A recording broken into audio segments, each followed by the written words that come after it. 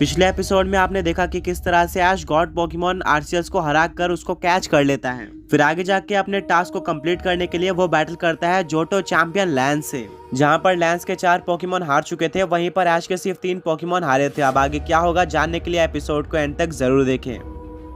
अब ये बैटल थी लैंस के ड्रैगनाइट और ऐश के गेंगार के बीच में। ऐश के गेंगार के पास काफी सारे सुपर इफेक्टिव अटैक्स थे, साथ में उसकी स्पीड भी काफी ज्यादा थी, जिससे वो लैंस के ड्रैगनाइट को परेशान कर रहा था और काफी ज्यादा वीक कर चुका था। लैंस अपने ड्रैगनाइट को बोलता है चलो हमारी स्ट्रेटेजी यूज करते हैं, और वो ड्रैगनाइट को ठंडा वेव यूज करने बोलता है। गेंगार उसको डॉज करने जाता है, बट गेंगार के ऊपर यह अटैक लग जाता है, जिससे गेंगार पैरालाइज हो जाता है। अब ऐश को पता था कि गेंगार का बचना मुश्किल है क्योंकि वो मूव नहीं कर सकता। लैंस अपने ड्रैगनाइट को लगातार ड्रैगन क्लॉ यूज करने बोलता है और काफी सारा ड्रैगन क्लॉ यूज करके वो गेंगार को डिफीट कर देता है। अब दोनों ही ट्रेनर्स के पास 2-2 पोकेमॉन बचे थे। अपने सेकंड लास्ट पोकेमॉन की तरह ऐश भेजता है सरफेच को। लैंस बोलता है कि यह तो काफी ज्यादा रेयर पोकेमॉन है, मैंने आज तक किसी भी ट्रेनर के पास सरफेच नहीं देखा था, चलो आज इसकी पावर पता चल जाएगी। दोनों पोकेमॉन्स में बैटल स्टार्ट होती है और दोनों पोकेमॉन काफी अच्छी फाइट करते हैं। ड्रैगनाइट हाइपर बीम का यूज करता है, जिसको सरफेच डॉज कर लेता है। फिर सरफेच यूज करता है नाइट स्लैश का, जिसका ड्रैगनाइट पे डैमेज पड़ता है। फिर ड्रैगनाइट विंग अटैक का यूज करके सरफेच को काफी ज्यादा डैमेज देता है। लैंस बोलता है कि चलो इस बैटल को खत्म करते हैं, और अपने ड्रैगनाइट को लगातार काफी सारे ड्रैगन क्लॉ यूज करने बोलता है, बट सरफेच अपने शील्ड का यूज करके सारे ड्रैगन क्लॉ से बच जाता है और उसको डैमेज नहीं पड़ता। अब ड्रैगनाइट हाइपर बीम का यूज करता है, जो कि उसका स्ट्रॉन्गेस्ट अटैक था। इसके काउंटर में ऐश का सरफेच यूज करता है मीटियोर असॉल्ट का।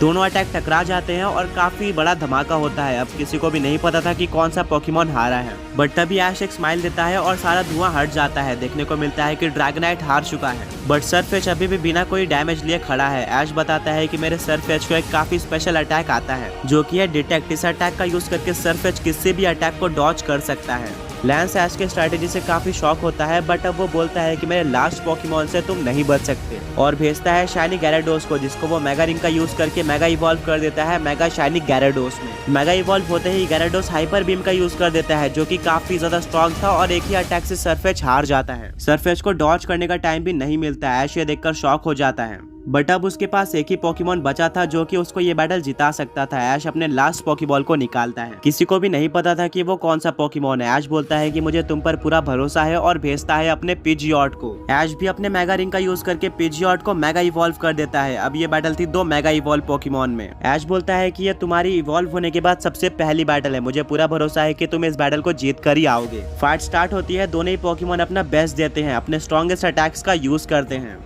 Gyarados hyper beam, hydro pump और आइस फैंग जैसे अटैक्स का यूज कर रहा था, वहीं पर पिजियॉट विंग अटैक और डबल एज जैसे अटैक्स का यूज कर रहा था। दोनों ही अपने ट्रेनर्स को जिताना चाहते थे। कुछ टाइम बाद दोनों ही पोकेमॉन्स वीक हो जाते हैं। दोनों ट्रेनर्स बोलते हैं चलो इस बैटल को खत्म करते हैं। मेगा गैराडोस यूज करता है एक्वा टेल का, वहीं पर पिजियॉट यूज करता है विंग अटैक का। दोनों अटैक टकरा जाते हैं और काफी ज्यादा बड़ा धमाका होता है। किसी को भी नहीं पता था कि कौन सा पोकेमॉन जीता है और कौन सा हारा है। कुछ टाइम बाद लैंस स्माइल देता है और पूरा धुआं हट जाता है। हमें देखने को मिलता है कि शाइनी मेगा गैराडोस अभी भी ग्राउंड पर है, बट पिजियॉट कहीं पर भी नहीं दिख रहा है। ऐश को लगता है कि ये बैटल वो हार गया है और उसको अपने स्ट्रॉन्ग पोकेमॉन्स को लाना चाहिए था, पर तभी आसमान से एक आवाज आती है। अभी भी पिजियॉट नहीं हारा था। लैंस का शाइनी मेगा गैराडोस नीचे गिर जाता है और अपने बेस फॉर्म में आ जाता है, यानी कि ये बैटल ऐश ऑफिशियली जीत चुका था। ये पिजियॉट की सबसे पहली ऑफिशियल जीत थी।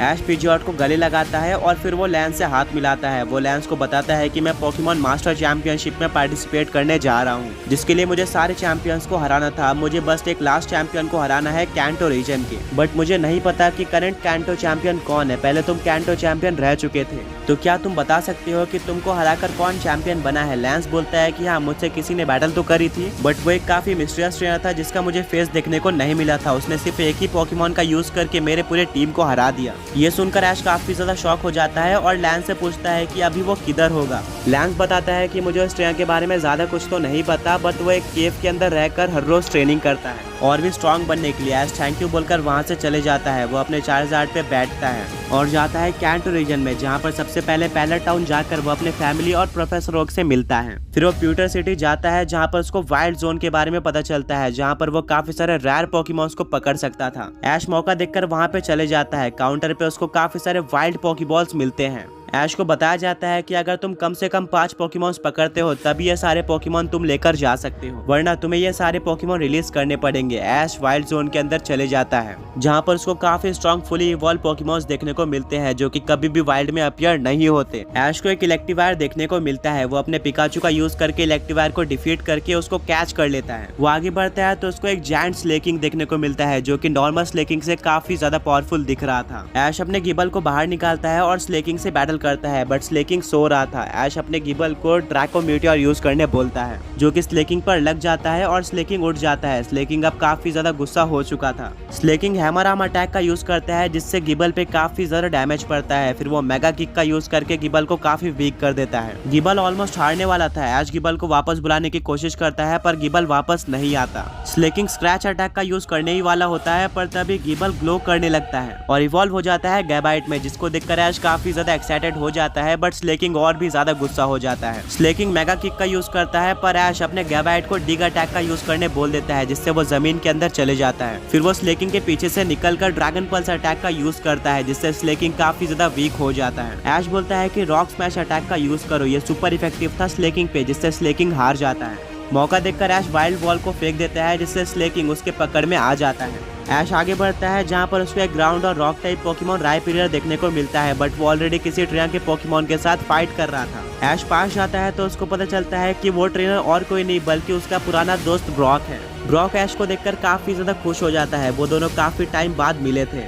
ब्रॉक बोलता है कि मैं यहाँ पर रॉक टाइप पोकेमॉन्स पकड़ने आया हूँ, बट तुम यहाँ पर क्या कर रहे हो। ऐश बताता है कि मैं पोकेमॉन मास्टर चैंपियनशिप में पार्टिसिपेट करने वाला हूँ जिसमें एक टास्क है जहाँ पर मुझे सारे चैंपियंस को हराना है। मैंने 8 में से 7 चैंपियंस को हरा दिया है, अब मुझे बस लास्ट चैंपियन यानी कि कैंटो चैंपियन को हराना है। बट प्रॉब्लम यह है कि मुझे नहीं पता कि कैंटो चैंपियन कौन है। अब मैं ट्रैवल करके कैंटो चैंपियन को ढूंढ रहा हूँ। ब्रॉक बताता है कि रिसेंटली लैंस को किसी एक मिस्टीरियस ट्रेनर ने डिफीट करके कैंटो चैंपियन का टाइटल ले लिया था और वो प्यूडर सिटी के किसी आसपास के केव के अंदर ही है। ऐश ये सुनकर काफी ज्यादा खुश हो जाता है, बट अभी उसने 5 पोकेमॉन्स नहीं पकड़े थे। पर तभी ब्रॉक काफी ज्यादा उदास हो जाता है क्योंकि ऐश से बात करते हुए रायपीरियर वहां से चला गया था। ऐश बोलता है कि तुम्हें दोबारा दूसरा रायपीरियर मिल जाएगा। ऐश और ब्रॉक साथ में वाइल्ड जोन घूमते हैं जहाँ पर ऐश को एक अलकाज़ाम देखने को मिलता है। ऐश काफी टाइम से एक अलकाज़ाम पकड़ना चाहता था क्योंकि वो मेगा इवॉल्व भी हो सकता है और एक काफी स्ट्रॉन्ग पोकेमॉन है, पर जैसे ही वो अपने पिकाचू को अलकाज़ाम से बैटल करने बोलता है, अलकाज़ाम टेलीपोर्ट होकर वहां से चले जाता है। ब्रॉक बोलता है कि यहाँ के पोकेमॉन्स काफी स्मार्ट और स्ट्रॉन्ग है, तुम इनको इजीली कैच नहीं कर सकते।